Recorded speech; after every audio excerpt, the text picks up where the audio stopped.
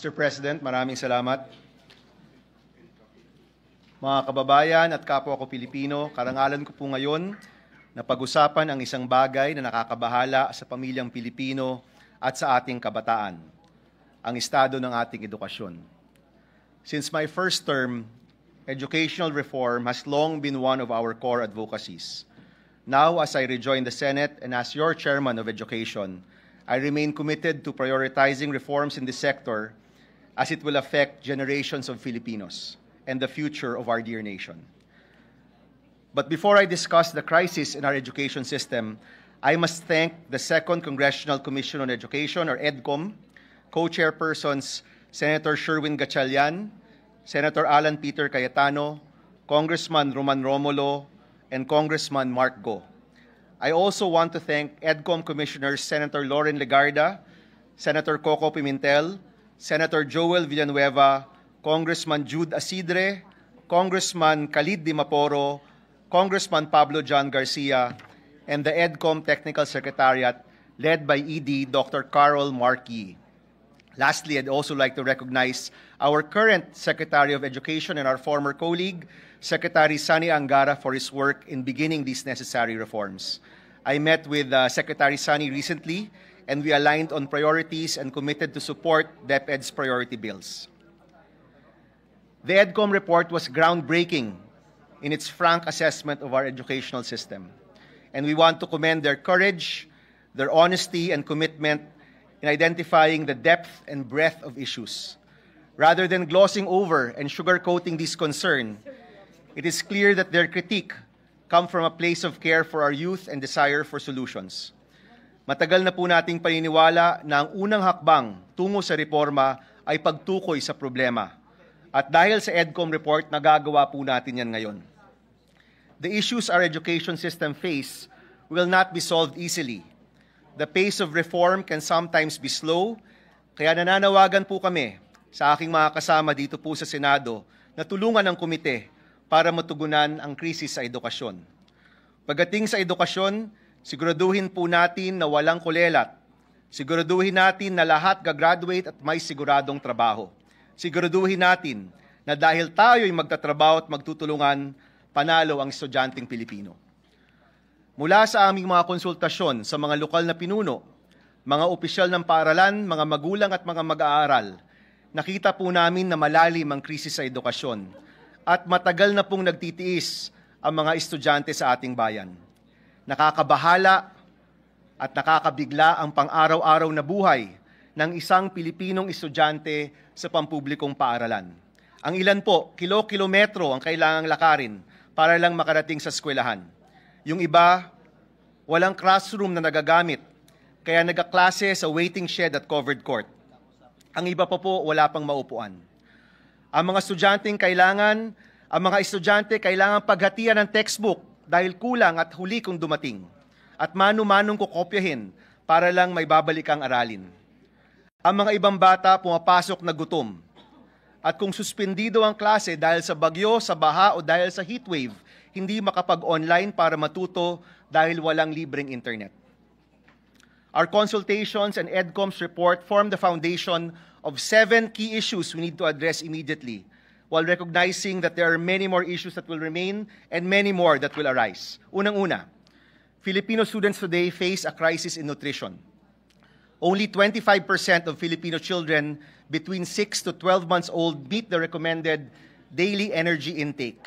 1 in every 4 Filipino children under 5 years old is stunted, and past the first 1,000 days, or from conception to 2 years old, stunting becomes irreversible, and these children will have permanent deficiencies in their physical and cognitive development.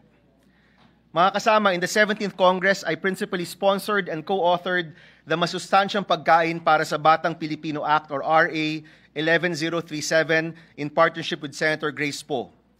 And to solve undernutrition among Filipino children, we must now work together to pass priority legislation from DepEd that amends this law to strengthen its implementation and provide universal feeding for kinder to grade 3 and targeted feeding for grade 4 to grade 6. Our children deserve to be well-fed and taken care of so that they're ready to learn. Pangalawa, second, there is an urgent need to address the classroom shortage in schools, with an additional 165,000 classrooms needed across the country.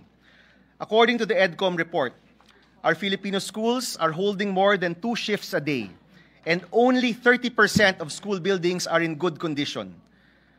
Across the country, I've met local leaders and school officials who've talked about the state of their schools and discussed the lack of classrooms. And this leads me to believe, mga kasama, that the classroom shortage may possibly be even more than 165,000. We will exercise our legislative oversight into investigating the gap between the costs for building classrooms. Through our consultations, nalaman po namin na may mga NGO na gumagastos lang ng maliit sa 1 million pesos para makagawa ng classroom. Pero bakit po sa gobyerno more than double ang presyo ng classroom sa ating bansa? Umaabot po ng 2.5 million pesos pataas. Ang tanong, bakit mas mataas ang halaga ng classroom na gawa ng gobyerno kesa ng pribadong sektor? At mahalagang malaman po natin ang sagot sa tanong na ito upang makapagpagawa po tayo ng classroom para sa ating mga estudyante. To solve the lack of classrooms, I filed the Classroom Building Acceleration Program, or the CAP Act. Once passed, this will enable the private sector, other non-government groups, and of course, other local government units to build our classrooms and to participate in the construction of classrooms. Kapag sabay-sabay gumagalaw ang gobyerno, pribadong sektor, non-government organizations, national and local government, mas mapapabilis ang pagpapatayo ng mga classrooms natin. Pangatlo, students, teachers, and administrators lack internet connectivity to support their education and aid in providing a multimodal approach to content delivery. With internet connectivity, students can supplement their studies with online learning, do further research, and communicate with one another. Teachers use the internet to improve their lessons and methods of teaching. And most importantly, access to the internet and internet literacy from an early age helps equip our students for future employment. In the interim time it takes classrooms to be built, access to the internet provides an additional avenue for a more robust multimodal approach to education. And to solve the issue of internet connectivity, we will exercise the function of legislative oversight and work closely with the DICT, who have underutilized their budget for connectivity since 2020. As the principal sponsor of the Free Internet Access in Public Spaces Act, which is also called the FIAPA Law, ipapatupad po natin ang paglagay ng internet sa ating mga public schools. I recently met with Secretary Aguda of DICT, who committed to the full implementation of this law by the end of 2025. And during last Monday's SONA, inulit po ito ng Presidente na priority makonect ang ating public schools sa internet.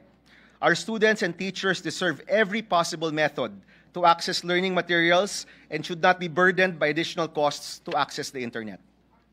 Pang-apat, Filipino students still lack access to textbooks.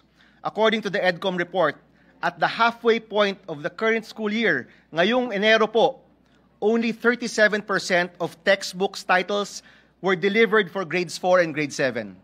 Ibig sabihin po noon, kalahating taon tapos na, pero mas mababa sa kalahati ang mga textbook na nakukuha ng mga estudyante. Hindi po na-deliver ang mga textbooks ng mga estudyante natin. And friends, this is not a budget issue, this is a systemic issue, from textbook development, procurement, publishing, and even delivery. Coupled with the implementation of the Free Wi-Fi law, our stopgap solution to the lack of textbooks is the e-Textbook Para sa Lahat Act. Once passed, this law will require the digital availability of all DepEd-approved textbooks for basic education on all official platforms or authorized channels for free. Ibig sabihin po nun, sa kauna-unahang araw ng pag-aaral ng mga estudyante natin, ang mga textbooks na hindi pa po na-deliver sa kanila, pwede nang ma-access online. Our students should be able to access the textbooks on time, whether in print or on the internet. Panglima, teachers are overworked, underpaid, and significantly lack support. 2 out of 3 teachers report working on over 50 non-teaching tasks and work more than 40 hours a week. Reports have shown that it takes a teacher 15 years to move from teacher 1 to teacher 3, where they earn around 30,000 pesos. And some schools have 500 teachers but only 4 non-teaching personnel. And only 45% of public schools have a designated school principal. Our teachers are overburdened and can't do what they want and what they need to do, which is to teach our children. To solve the lack of support for teachers, I filed the Angat Sweldo para sa Guru Act, which seeks to grant 10,000 monthly compensation to all public school teachers and qualified non-teaching personnel over the next 3 years. And we will work closely with DepEd in addressing the lack of administrative support for teachers. Another reform that was suggested to us by DepEd is to amend the Philippine Teachers Professionalization Act to provide alternative pathways to teacher licensure, to strengthen oversight of underperforming teacher education institutions, and ensure greater transparency and quality in the licensure process. Our teachers face a monumental task when educating our children and should be supported and rewarded for their work. Pang-anim po, Filipino students are 2 years behind curriculum expectations. EDCOM reported that there are grade 3 students who have grade 1 level competencies in reading and math, 2 years behind. They also report that grades 8 and 9 students struggled with basic subtraction and multiplication in the recent DepEd learning camps. I've spoken to teachers who have also reported that there are some grade 6 students who cannot read and comprehend according to their grade level. Mga kasama, urgent na po ang problemang ito. There is a learning gap in our country at kung hindi po natin tutugunan, mas lalaki pa ang learning gap na ito. We recognize the urgency to address this gap in the current curriculum with supplemental, remedial programs, and of course, possibly even changes in the curriculum. To solve this issue, we will work closely with the agencies on properly implementing the K-12 system and strengthen the National Learning Recovery Program. We will work on adequately funding the National Learning Recovery Program and support groups that work on remedial learning. Panghuli, mga kasama, number 7, our current educational system does not adequately prepare students for employability. A PID study released last June 2025 found that only around 20% of senior high school graduates enter the labor force. Only 20% po, with the majority choosing to continue their education. This, of course, calls into question the senior high school program's employment and entrepreneurial objectives. Mr. President, isa sa mga dahilan ng pagpasa ng Enhanced Basic Education Act noong 2013 ay para matiyak na makapagtatrabaho na ang isang estudyante na nakapagtapos ng senior high. Ganun po yung pangako ng K-12. Kung hindi ako mag-college, gagraduate ako ng grade 12 at kaya ko na magtrabaho. Pero nakikita po natin na hindi po itong katotohanan sa ating mga eskwelahan. Kaya yung K-12 system po natin needs to be properly reformed and implemented for us to achieve its intended goal and to give Filipino students more opportunities. Alam ko po na maraming naghain ng mga iba't ibang panukala tungkol sa K-12, and I assure you we will have an open and lively discussion about the K-12 program pagdating po sa ating komite. Sa amin naman po, nag-file kami ng STEP Act or School to Employment Program. This is a law that will require job placement offices in all public senior high schools, state universities and colleges, and local universities and colleges once passed. But more importantly, the STEP Act empowers the schools to make adjustments to their curriculum and revise their course offerings to be more responsive to labor market information and demands. Our students deserve the opportunity to properly prepare to join and thrive in our nation's workforce kasi para sa maraming kabataan, ang edukasyon at pagtatrabaho nila, yan po ang unang hakbang sa pag-angat ng kanilang buhay at buhay ng kanilang pamilya. Nutrition, classrooms, textbooks, internet connectivity, teacher support, the learning gap at trabaho. Ito po ang agenda ng inyong Committee on Education. 6 out of 7 of these main points are the main recommendations of the EDCOM report as well. Magpapasa po tayo ng reforma, babantayan po natin ang pag-implement ng mga panukalang batas at titiyakin po natin na maayos ang pagbabudget ng mga reformang ito. If we do nothing, we will see effects not only in the individual struggles of our Filipino students, but in our economy and our society. If we don't act now, many of our children will grow up stunted, not only in body but also in learning, with the lowest rates in math, reading, and science, and our failures will be close to irreversible. And mga kaibigan, kung di po natin ito aaksyonan, we risk letting go of our best advantage, our youth, ang kabataang Pilipino. Nung nakaraang SONA, sa totoo lang po, pakiramdam ko para tayong bumingo. Bingo, dahil 6 po sa 7 agenda na ito ng ating komite ay natantusan ng Pangulo. 6 out of 7 points here nabanggit po sa SONA. At nakakatuwa po na ang prioridad ng ating komite ay tumutugma sa mga priorities ng administrasyon. We welcome the President's affirmation that education should remain a top priority for the last 3 years of this administration. And the committee, alongside everyone here, will make sure that those promises are kept, mababudgetan at magagamit ng tama ang pera ng bayan pagdating sa edukasyon. The Committee on Basic Education is ready to work to pass the reforms needed to improve our education system. We're also committed to oversee and guard the implementation of current laws. We will not hesitate to investigate and call to task any agency or organization that hinders the reforms needed to solve our education crisis. And most importantly, we will make sure that there is proper utilization of all allocated budgets para tunay na nangangailangan ang makikinabang. Lastly, mga kasama, dahil mabigat rin po ang usapin ng budget sa panahong ito, we challenge our body to increase the budget for education to at least 4% of the nation's GDP. This is the recommendation of the United Nations and many other bodies. Alam ko po, palapit po tayo sa numerong ito. Baka po, for 2026, malampasan natin ang 4% of GDP at mabigay natin ang nararapat na pondo para po sa edukasyon. With the budget increase and the President's pronouncement during the SONA, I'm sure we will find a way to find the funding para magkaroon po ng successful implementation ang mga education reforms po natin.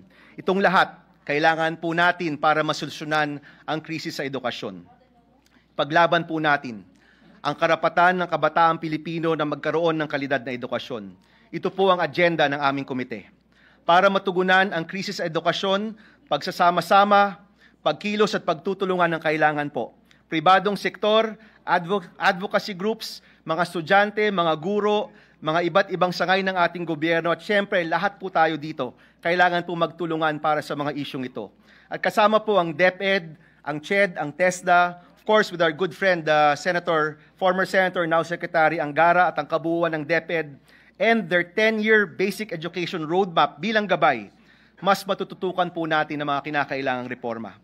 It's clear, dear friends, that hope is alive and well in our country. And our Filipino youth still have that fighting spirit. Lumalaban pa po. It's now time that we work together and harness this hope to solve this crisis. Muli po, sa aking mga kasama dito, maraming salamat at inaasahan po namin na magkakasama tayo at magtutulungan para masolusyonan ang krisis sa edukasyon. Maraming salamat, Mr. President. Thank you, dear colleagues.